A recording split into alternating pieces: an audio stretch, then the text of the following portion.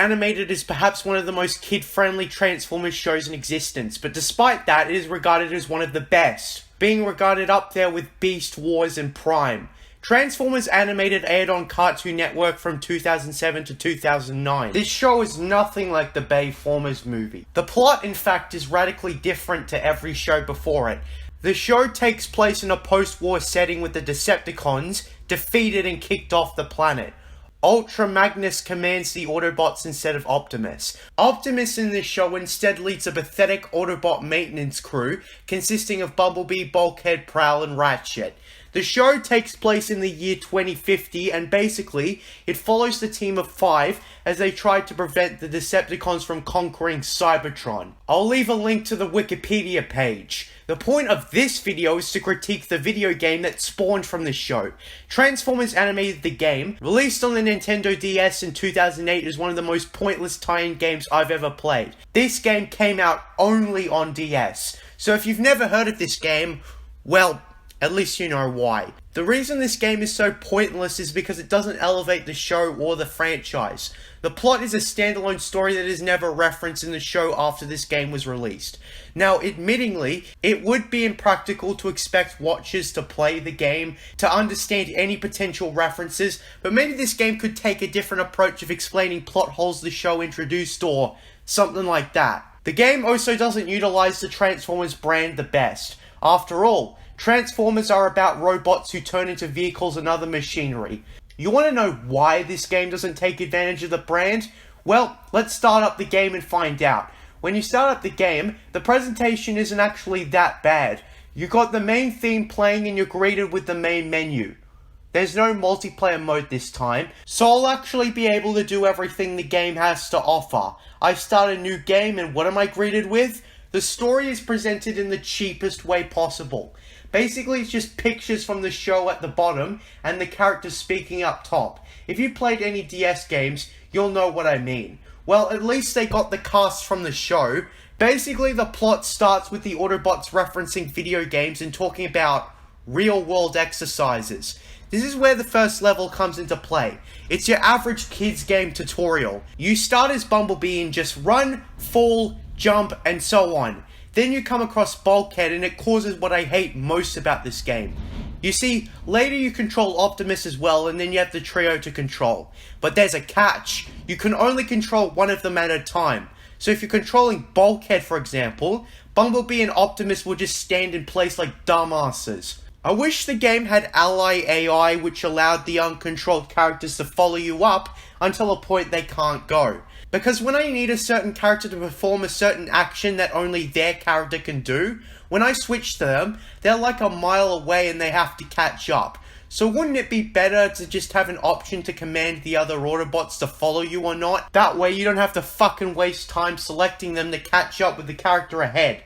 Another thing, you can't transform unless the game says you can, which is hardly at all. So why the hell is the game designed like this? Wouldn't it be better to utilize transforming in these puzzle stages? Like maybe you need to transform to get through a narrow area or to escape enemies? Instead, the game has levels that are dedicated to chasing something or someone. When it comes to the characters, they can do specific things. Bumblebee has a stinger and the ability to jump. Optimus has the ability to throw and acts like a ninja in the path that he wants, and also grapple up to red railings, and Bulkhead has the ability to launch a wrecking ball, push objects, and stand on pressure plates. You need all three of these characters to get past each stage. The puzzles aren't that hard, and there's only a few times you'll get stuck. To finish a level, you need all three characters at the Autobot icon. Now, I don't play much puzzle games, so I can't say whether or not this is a good puzzle game. I'd say no, because the puzzles feel more like tedious obstacles. The point I'm making is, this game isn't fun. It's just a stupid tie-in game made to cash in on fans of the show. This game doesn't have a console version or even a version for the PSP. It's just for the cheap-ass DS. You also can't play as Ratchet or Prowl in the puzzle stages either. Prowl is only playable in chase sequence missions, and you can't play as Ratchet at all. There isn't much else to say about this game. The levels are either puzzles or a chase level. Bumblebee plays differently to Prowl and Optimus during chase sequences, but that's the only variety. There's a boss fight with Lockdown, but it's just as interesting and engaging as the movie Empire, which is nothing but an 8-hour shot of the Empire State Building. It's a real movie, look it up. There's hardly anything to spice up the gameplay. I remember wanting to switch the game off and play the 2007 Bayformers ports on DS instead. I mean, the length is actually pretty decent for a DS game, but seriously, do you want to spend 25 missions either getting across the level or chasing something and only those two things? No? Exactly. The game isn't really plot heavy either. Unlike the show it's based on, the game's story is more boring than waiting in a room for an entire day. The plot revolves around two situations. The first half has characters stop a robot malfunction at Professor Sumdak's factory. The second half has the Autobots track down a Decepticon drone to track down a Decepticon base and then stop Megatron from invading Cybertron through a space portal. The game doesn't really utilize much of the notable characters from the show.